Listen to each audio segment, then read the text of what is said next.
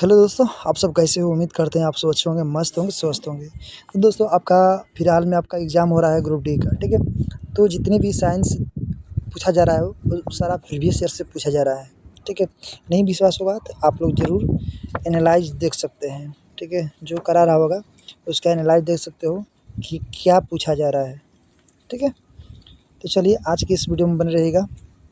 आज की वीडियो में आपको साइंस से क्वेश्चन कराने वाले हैं, ठीक है?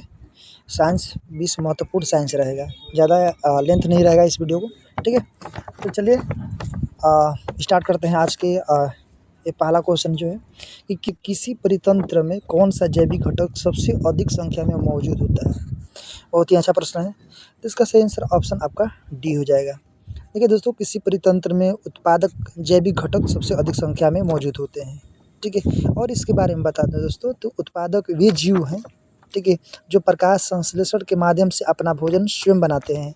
एग्जाम्पल में कह सकते हैं दोस्तों, आपका शैवाल आ जाएगा, जीवाणु भी आ जाएंगे कुछ और पादप भी आ जाएंगे, ठीक है? इसको याद रखिएगा। और बता दूं कि आपका जो उत्पादक जो ऊर्जा होता है पिरामिड के निचले स्तर पर विकसित होता है, ठीक है? तो इसको याद रखिएगा, ठीक है?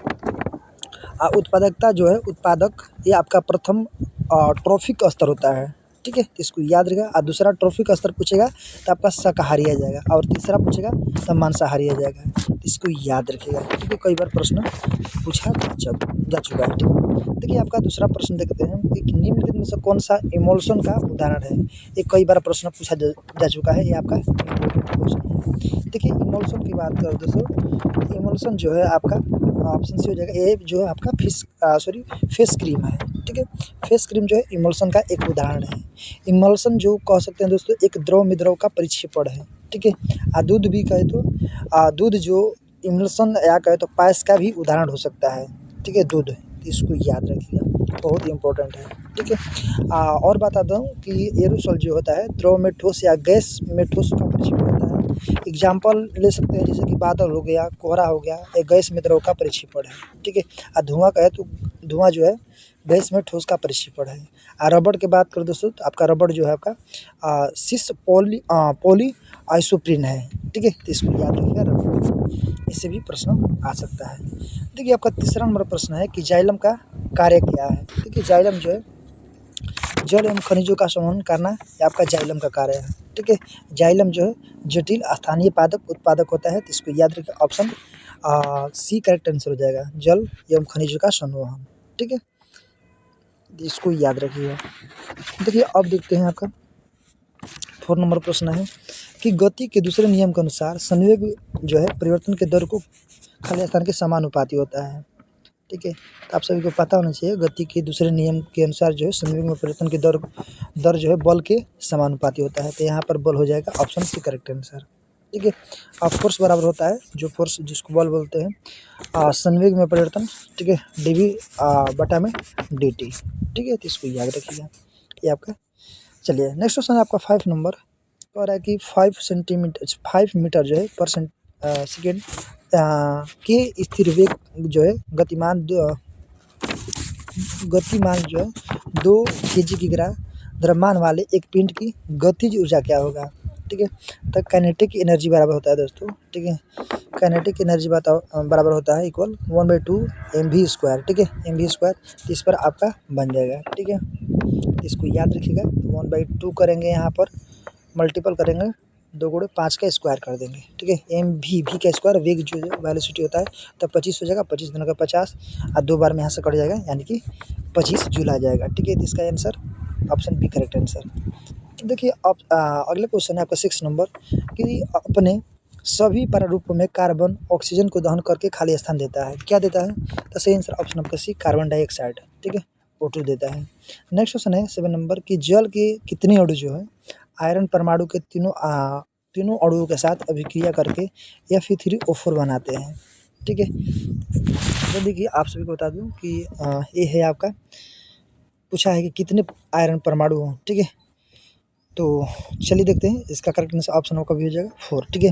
जल के कितने अणु पूछा है कि जल के कितने अणु आयरन परमाणु के 3 अणुओं के साथ अभिक्रिया करके Fe3O4 बनाएगा, ठीक है?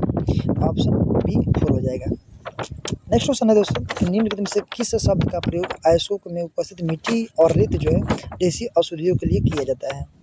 इसका सही आंसर ऑप्शन आपका डी हो जाएगा। ठीक है, गैंग। तो आप सभी को पता होना चाहिए कि अयस्क में उपस्थित मिट्टी और रेत जैसी अशुद्धियों को गैंग कहते हैं।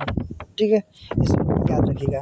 धातु तथा उनके यौगिक जो है पृथ्वी में जिस रूप में मिलते हैं उसको क्या बोलते हैं? मिनरल्स, यानी कि मिनरल्स मीन्स खनिज। देखिए दोस्तों, नेक्स्ट क्वेश्चन है कि किस कोशिका का आकार जो है बदलता रहता है?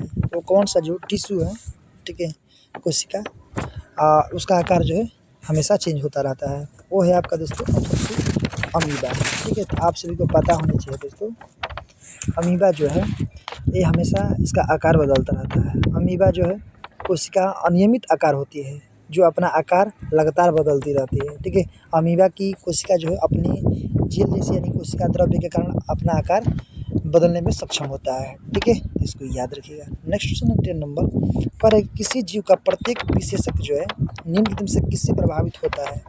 तो सही आंसर ऑप्शन आपका करेक्ट हो जाएगा डी, मृतक और पैतृक दोनों डीएनए के समान रूप से। ठीक है, इसको याद रखिएगा। किसी जीव का प्रत्येक जो है विशेषक मातृक एवं पैतृक दोनों डीएनए यानी कि डाइऑक्सी न्यूक्लिक एसिड के समान रूप से प्रभावित होते हैं। 11 नंबर प्रश्न है दोस्तों आपका कि निम्नलिखित में से कौन सा उदाहरण जो है यह दर्शाता है कि पदार्थ के कणों के बीच जो है पर्याप्त रिक्त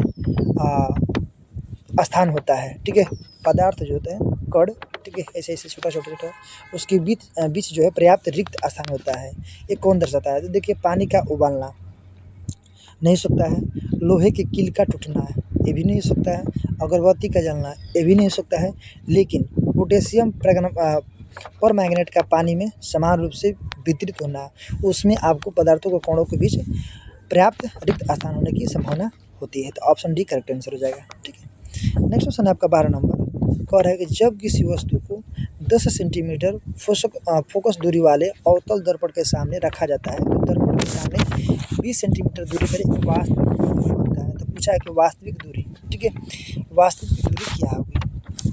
ठीक है, तो देखिए दोस्तों, आप सभी को पता होना चाहिए कि दूरी का फार्मूला क्या होता है। ठीक है, 1/v, आप सभी को बता दूं 1/u बराबर 1/f। ठीक है, तो इससे आप निकाल सकते हैं, यू निकल सकता है आपका -20 सेंटीमीटर, करेक्ट आंसर आ जाएगा। ठीक है, बस कुछ नहीं करना है, -1/10 प्लस 1/20 इस पर बैठाएंगे, इस पर बन जाएंगे।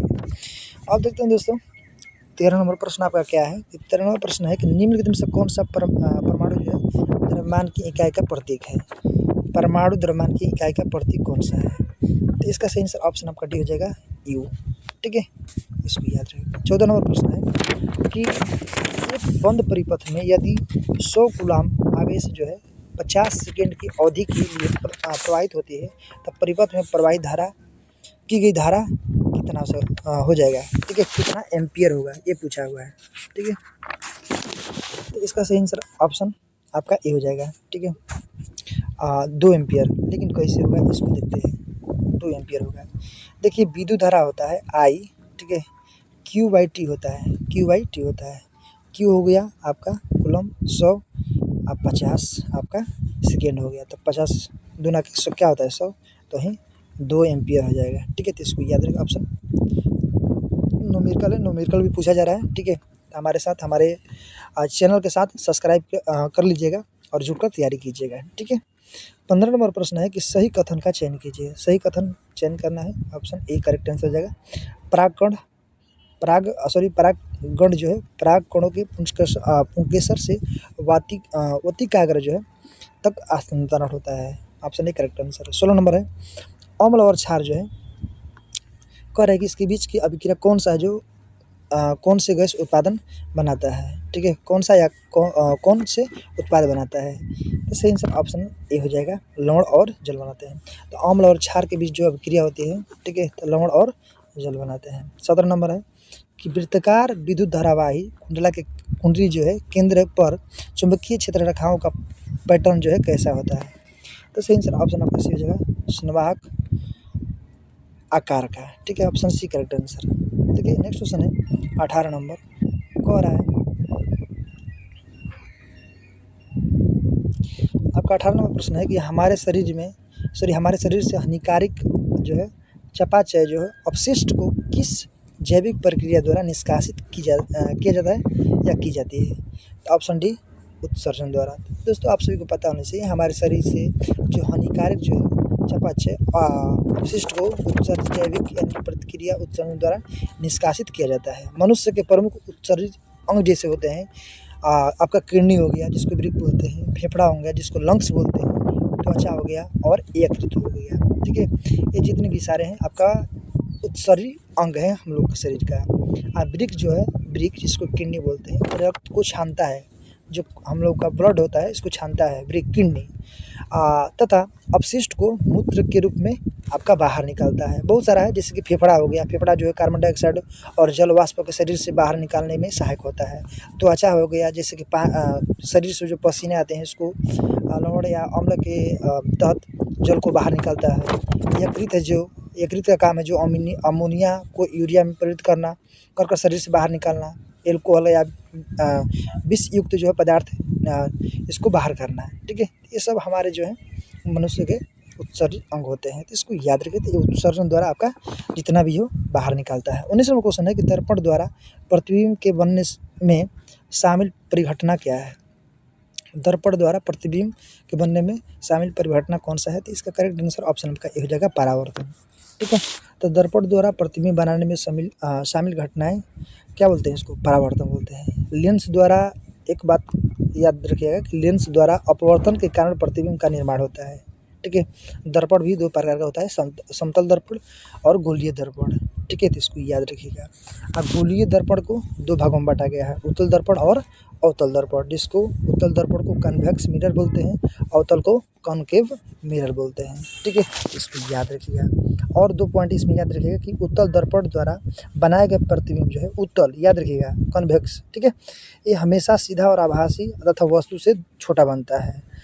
जो कॉनकेव मिरर है, अवतल दर्पण द्वारा बनाए गए प्रतिबिंब जो है वो वास्तविक और आभासी दोनों प्रकार के होते हैं। देखिए 20वां क्वेश्चन है आज का लास्ट प्रश्न। ठीक है, आप सभी को अच्छा से बताएं। देखिए, यदि पृथ्वी का गुरुत्वीय जो त्वरण है, ठीक है, ग्रेविटी एक्सेलरेशन, कह रहा है कि चंद्रमा के गुरुत्वीय त्वरण का 6 गुना है। पूछ रहा है कि निम्न में से कौन सा कथन सही है?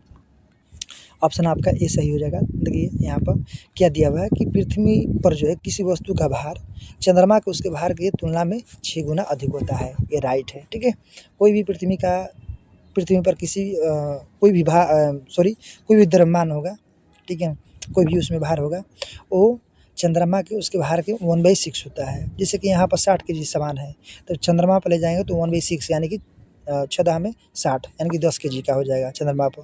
तो यही पूछ रहा है। तो दोस्तों आई होप ये वीडियो आप सभी को अच्छा लगा होगा। अच्छा लगा तो वीडियो को लाइक कीजिएगा। हम भी मेहनत कर रहे हैं आपके साथ जुड़कर, आप भी हमारे साथ जुड़कर तैयारी कीजिए और तैयारी को बेहतरीन कीजिए। और इस बार जो है ग्रुप डी आप RRB में सिलेक्शन लीजिए। ठीक है, तो चलिए मिलते हैं नेक्स्ट वीडियो में। आज के इतना ही। जय हिंद, जय भारत।